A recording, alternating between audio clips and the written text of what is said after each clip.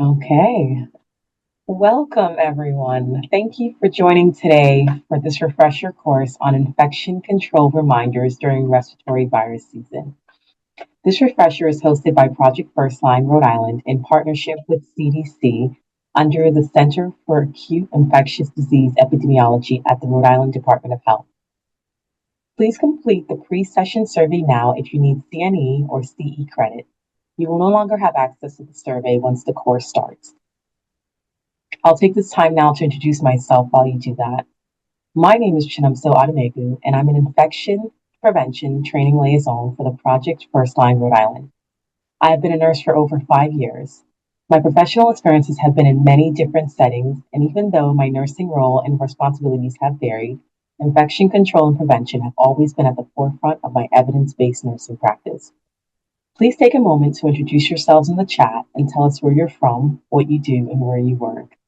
While you do that, I want to mention that with us today is Dr. Kearney, our consulting medical director, who I will now invite to introduce herself to you all.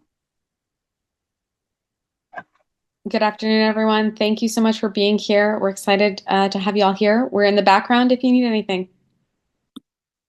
Okay. All right. And I also want to introduce Abby Anderson from Project Firstline. Abby is our project assistant who will be assisting us today in the chat.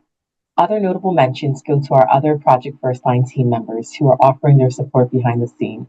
Thank you all. Now, before we begin the content, let's review continuing education reminders.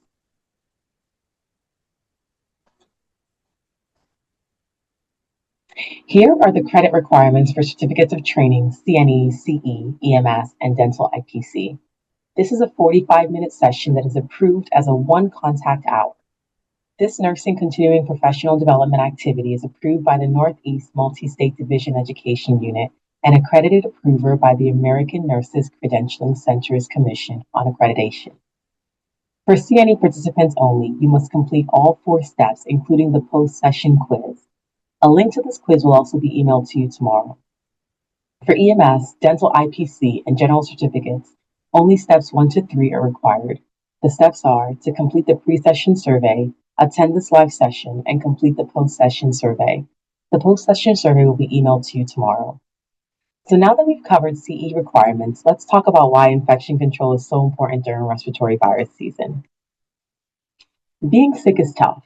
Life, bills, family, and other responsibilities don't get paused just because you're sick. And if you're like me, as a parent, the luxury to recover in bed long enough for medications to work just isn't always there. It's worse if you're not prepared with medications or soup. Respiratory virus season increases risk for patients, staff, and families. As healthcare workers, we must be prepared to protect ourselves and those we care for. Infection control actions reduce spread no matter the virus or the season. If you recall, the winter of 2022, we were delivered a nicely bow-tied package of COVID-19, flu, and RSV, a triple-demic, and this, as many of you already know from firsthand experience, led to an increased stress on an already overwhelmed healthcare system.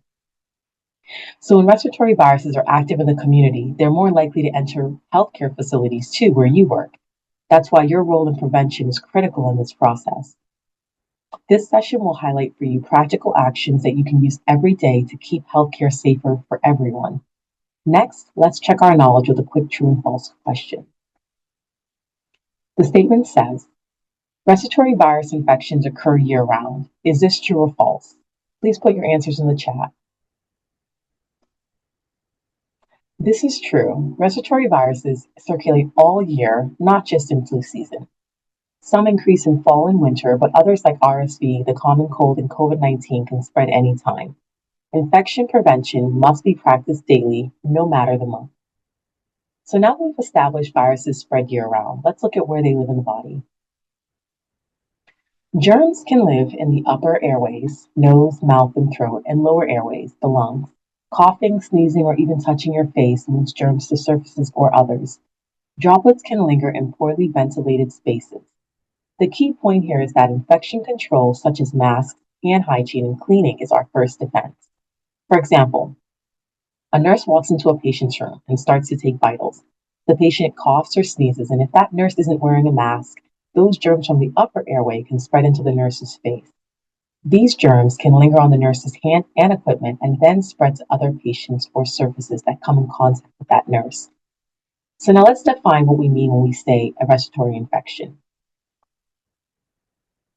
A respiratory infection affects the lungs, airways, sinuses, or throat. This happens year-round, and rates increase in colder months when people are indoors with less ventilation. So knowing symptoms helps prevent spread. Next, let's review how respiratory viruses move from one person to another. Here's a good visual representation of the various pathways that we come in contact with respiratory viruses. When we refer to the pathways of infection, we refer to touch, splashes and sprays, clinical care, and breathe it in. Germs spread through touching contaminated surfaces such as doorknobs, pens, medical equipment before then touching your face. Splashes and sprays when coughing, sneezing, or talking. Clinical care tasks that bypass defenses such as catheters, suctioning, and wound care are also spreaders of germs. And through breathing in tiny particles in the air. Each of these presents an opportunity for prevention. Now let's talk about the viruses we commonly see most in respiratory season. The three main ones are RSV, flu, and COVID-19. All are highly contagious. A person can even have more than one virus at the same time. We'll break these down starting with RSV. RSV is common, usually mild, but can be serious in infants and older adults. The flu spreads every year, with cases rising in the fall and winter. COVID-19, while it's still circulating, causes illness ranging from mild to severe. The key point here is that all three of these can overlap in the same season, creating more pressure on healthcare. Let's look more closely at RSV, since it's so important in infants and long-term care residents. RSV is highly contagious. Often mild like a cold, but dangerous for infants, older adults, and those with weak immune systems. Germs spread through coughs, sneezes, or contaminated surfaces. Antibiotics unfortunately don't work on this because it's a virus. People infected with RSV are usually contagious for 3 to 8 days, but infants and those that are immunocompromised can spread it for longer, sometimes even weeks. Next, we'll look at who is most at risk for this virus in more detail. RSV is most dangerous for infants under 6 months, young children with chronic health conditions, and older adults with chronic conditions. Residents in nursing homes or long-term care facilities are also at higher risk. Each year in the US, thousands of children and older adults are hospitalized due to RSV. Let's check our knowledge on RSV with some quick true and false questions. Please put your answers in the chat. The first statement reads, RSV only affects infants and children. Is this true or false? This answer is false. While RSV is more severe in infants and young children, it can also affect older adults and anyone with weakened immune systems. Now, the second statement reads, antibiotics treat RSV infection. Is this true or false? This answer is also false. RSV is a virus, so antibiotics unfortunately do not work.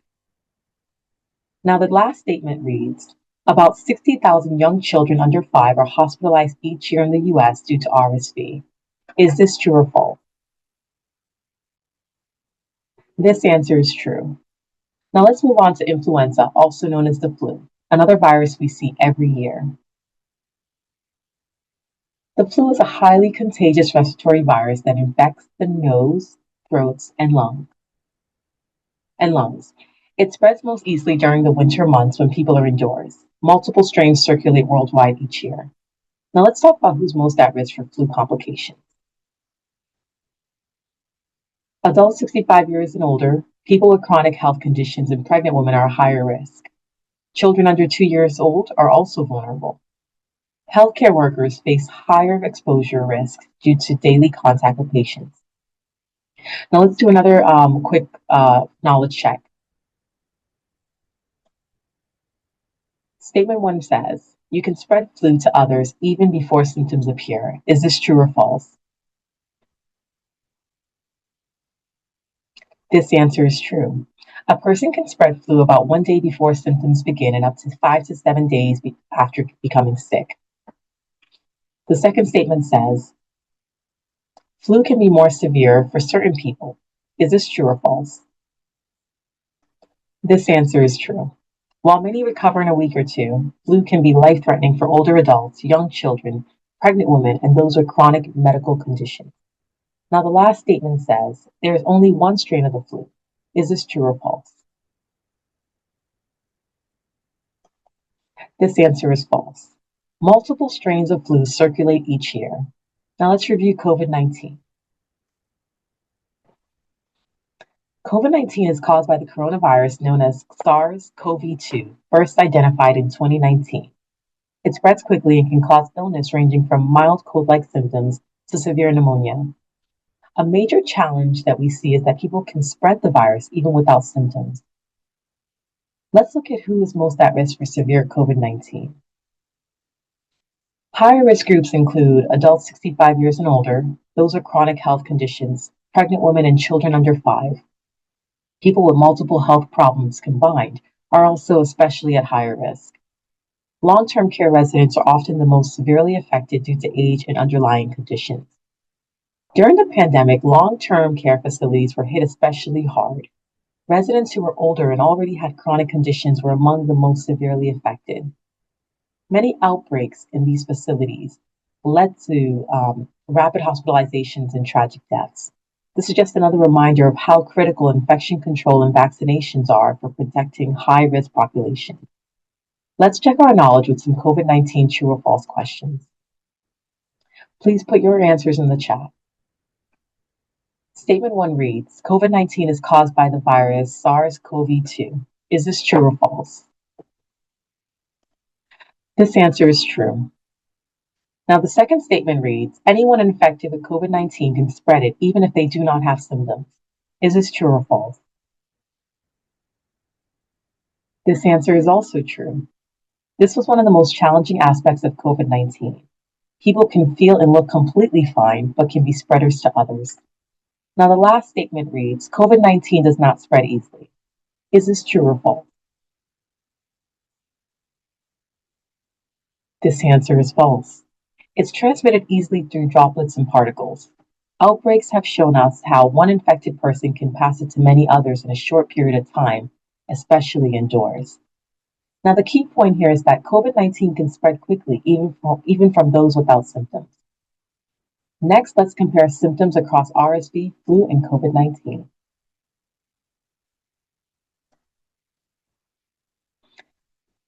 At first glance, the symptoms of RSV, flu, and COVID-19 look very similar, all consisting of fever, cough, runny nose, fatigue. That's why it's so difficult to tell them apart without testing. But there are some key differences. RSV has gradual onset, often with wheezing and decreased appetite in infants. Flu has a sudden onset, high fever, chills, body aches. COVID-19 adds its own unique symptoms like shortness of breath and loss of taste or smell. Now imagine 3 patients arrive at an urgent care clinic where you work. A toddler with wheezing, refusing to eat, and showing signs of dehydration. A middle-aged adult who suddenly develops fever, chills, body aches, and sore throat. And a teenager with fatigue, cough, and no sense of taste or smell. Can you guess who had what? Please feel free to put your responses in the chat.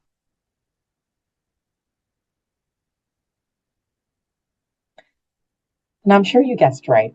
The toddler most likely had RSV, while the middle-aged man likely had the flu, and the teenager with symptoms of fatigue, cough, and loss of smell and taste had COVID.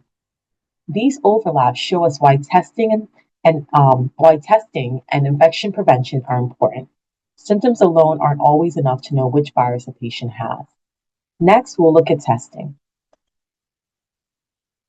Because symptoms overlap way too much for us to know for sure, testing is the only reliable way to confirm which virus a person has. Testing tells you which virus it is, how long you need to isolate or stay home, and how long you may be contagious for. The key point here is that testing helps protect vulnerable patients and family members. Now, let's look at the bigger picture, hospitalization and surveillance data. The CDC created RESP-NET which stands for Respiratory Virus Hospitalization Surveillance Network. RESP-NET tracks hospitalizations due to RSV, flu, and COVID-19. Data is collected across select hospitals and shows trends by age, sex, race, and season. This helps us to know how respiratory viruses impact different groups. Here's what the interactive dashboard looks like. Abby will share the link in the chat so you can explore the dashboard as well. The dashboard is updated weekly every Fridays. The black line shows combined RSV, flu, and COVID-19 hospitalizations. Red is for COVID-19, blue is for flu, green is for RSV. This dashboard is useful for comparing hospitalization trends across viruses. Another tool is the Respiratory Illness Data Channel, which shows activities at the community level. This is an online tool that shows national and local levels of respiratory virus activity. Knowing the local levels of respiratory illness around you helps you anticipate what you might see in your workplaces. This gets updated weekly with status marked either as very low, low, moderate, or high. Rhode Island currently stands at very low. Now let's shift to infection control actions that stop spread in our setting. Before we do that, I have a question for you all. What infection control actions are you using today to decrease spread? Please put your answers in the chat.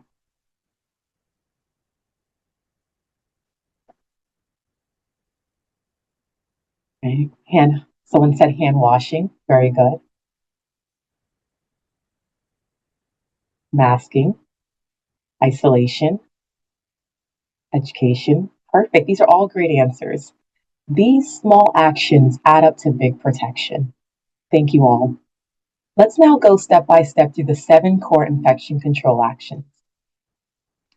Here are the 7 actions we'll review: masks, hand hygiene, cleaning, distancing, vaccinations, ventilations, healthy habits. They only work if done consistently.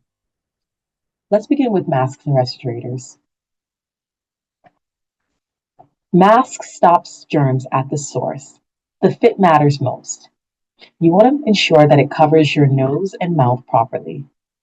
It's recommended for anyone with symptoms or recent exposure. Facilities that reintroduced masking in high-risk areas saw fewer staff exposures. During the 2022-2023 season, several U.S. hospitals reported surges of RSV and flu cases. Facilities that reintroduced universal masking in high-risk units like NICUs and long-term care saw significantly fewer staff exposures compared to units without consistent masking policies. Please refer to your facility's specific policy on masking. If your facility decides to institute masking, Project Firstline has created signs like this one displayed to help encourage masking that you can download, print, and share. Abby will show the link to a couple posters. Now, the next action is hand hygiene, still one of our most powerful tools. Hand hygiene is the most effective action against spread. The use of alcohol-based sanitizers or soap and water is appropriate. Always clean hands before and after patient contact, after PPE removal, or after touching shared equipment. Facilities must ensure easy access to sanitizer and hand hygiene or hand washing stations are available. Without proper hand hygiene, germs spread quickly by touching your eyes, nose, mouth, food, or contaminated surfaces. A 2013 investigation by the CDC of an influenza outbreak in a residential care facility found that unclean hands of healthcare workers significantly contributed to the spread among children with neurological conditions. Here's a poster that sums up hand hygiene and disinfecting. Abby will share the link. Next, let's talk about cleaning and disinfecting surfaces. Germs survive for hours or days on surfaces in high traffic areas. Cleaning removes dirt, debris, and disinfecting kills germs left behind. Especially in high-touch surfaces like doorknobs, pens, keyboards, elevator buttons, these require frequent attention. Waiting rooms, pediatric play areas, and staff break rooms are also frequent sources of spread. Reusable devices like stethoscopes, phones, medical equipment must be disinfected between uses. Disposable items should never be reused. In 2020, an investigation was done of a COVID-19 outbreak in a skilled nursing facility in King County, Washington. Environmental sampling found viral RNA on high-touch surfaces, such as bedside tables, windowsills, and exercise equipment. It was discovered that shared spaces and inadequate disinfection contributed to the spread, resulting in dozens of resident infections and multiple deaths. So just because many of us know that cleaning is good hygiene practice, we may not always prioritize it when the shift gets busy and paperwork deadlines are pending. But please remember that high-touch surfaces and shared equipment are invisible highways for germs. Consistent cleaning and disinfection breaks that chain of transmission. Now, let's review physical distancing. Distance reduces the chances of droplets spreading in crowded areas. Keep space in waiting rooms, reduce elevator crowding, and encourage sick staff to stay home. Virtual visits can also help to reduce exposure risk. A 2020 investigation of acquired practice in Skagit County, Washington, showed how lack of distancing in an enclosed space led to a massive COVID-19 outbreak. One symptomatic person attended practice, and within weeks, 53 out of the 61 attendees became sick, including 3 hospitalizations and 2 deaths. This outbreak shows how being near someone else in shared spaces significantly increase your transmission risk. Even small adjustments in spacing, whether it's in a waiting area, break room, or in a group activity, can reduce the transmission risk for that environment. Now, the next action is vaccination, which protects high-risk groups.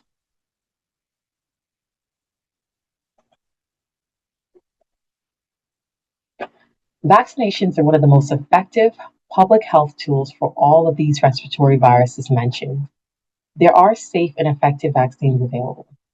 Vaccines reduce the spread of infectious disease and protect high-risk groups. Encourage your patients to speak with their PCP about vaccination schedules. Reinforce the importance of routine medical visits or vaccine updates. Healthcare workers should provide clear, accurate, up-to-date information. Vaccinations are important for everyone. CDC data across multiple flu seasons consistently show that vaccinations work. In 2018 to 2019, vaccine effectiveness was about 40% against hospitalization. In 2019 to 2020, studies also showed that vaccinated adults were less likely to end up in the ICU or develop the most severe outcomes. The message is clear. Year after year, vaccines reduce both hospitalizations and illness severity. The key message here is to be factual, not apologetic, when discussing vaccines because vaccines do work. Now let's continue with the remaining infection control actions.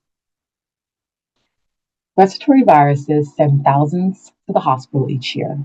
RSV is the number one reason infants are hospitalized in the US.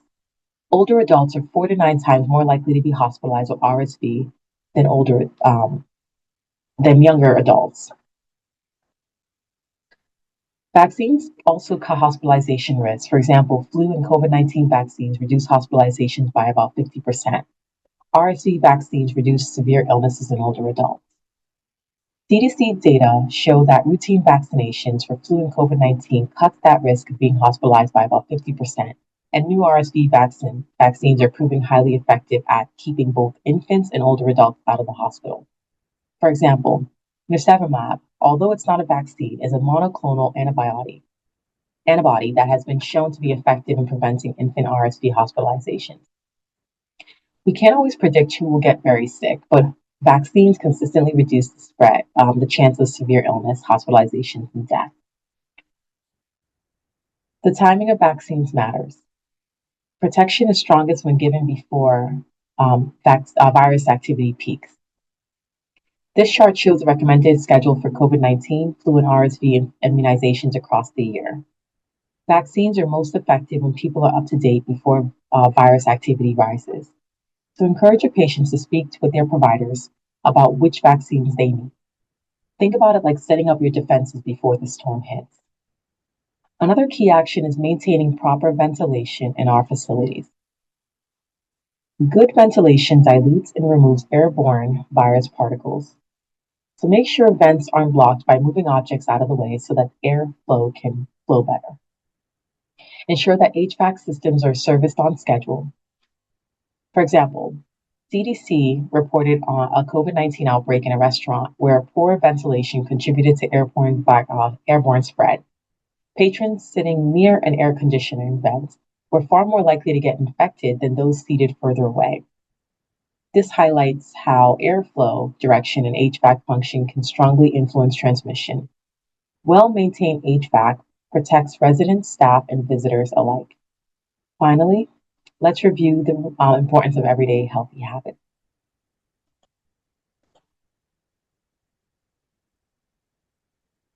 This will be our last infection control reminder on practicing good health habits. Self-care is one action most of us do not do enough of. Some of us know how to take care of everyone else in our lives before ourselves, and I get it. We are caregivers. Caring for others is what we do. But who is caring for you? Let me be the first to say that self-care is not selfish. You must start by showing others the example of how to care for you by how you display caring for yourself. Drink fluid and eat nutritional foods to stay energized. Get adequate sleep to support your immune system. Manage your stress levels because high stress weakens immune defenses. Avoid touching your eyes and nose and mouth to reduce germ spread. Stay home when you're sick to protect others and yourself from getting further sick due to your already compromised immune system. CDC has long emphasized that even simple steps like staying home when sick reduces outbreak. During the 2009 H1N1 flu pandemic, absenteeism policies that encourage workers to remain home while ill significantly reduced workplace transmission compared to settings where staff worked through symptoms. Now, let's pull all these actions together and wrap up with our key takeaways. Here are the recaps of our infection control actions that we reviewed in this refresher. Correct use of masks and respirators, cleaning your hands, cleaning and disinfecting objects, practicing physical distancing, vaccinations, ensuring HVAC maintenance is up to date, and practicing good health habits. Here are some visual tools that can help to remind staff and patients about key risk and control measures. The poster on the left, which reads, "Germs can live in the respiratory system," can help communities to better understand where germs live, how they spread, and infection control actions that reduce risk. The poster on the right, which reads, "Ventilation in healthcare settings, what to know," helps explain why air changes matter, the role of HVAC, and practical tips to take. These posters and others like them are available free from CDC in PDF format and can be printed and shared digitally. These are great for your break rooms, staff education boards, or your patient waiting areas. As we near the end of our refresher, we reviewed key infection control actions for RSV, flu, and COVID-19 and why they matter. I'd like to give you all the opportunity now to reflect and take a moment to think about this next question. How can you help yourself and your coworkers take the correct infection control actions the next time you see a patient coughing with congestion? Please feel free to participate and share your answers in the chat.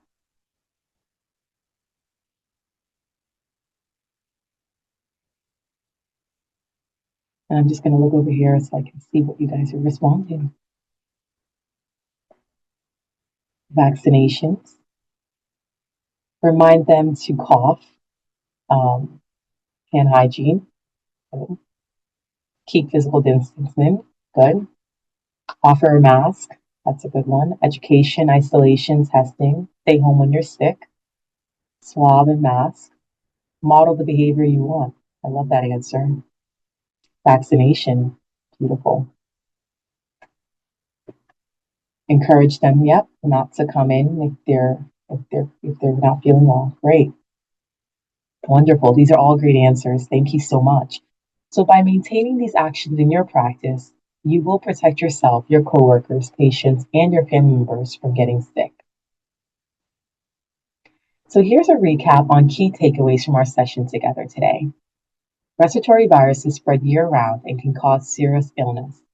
Standard precautions are always the foundation. Transmission-based and enhanced barrier precautions add protection in higher risk situations.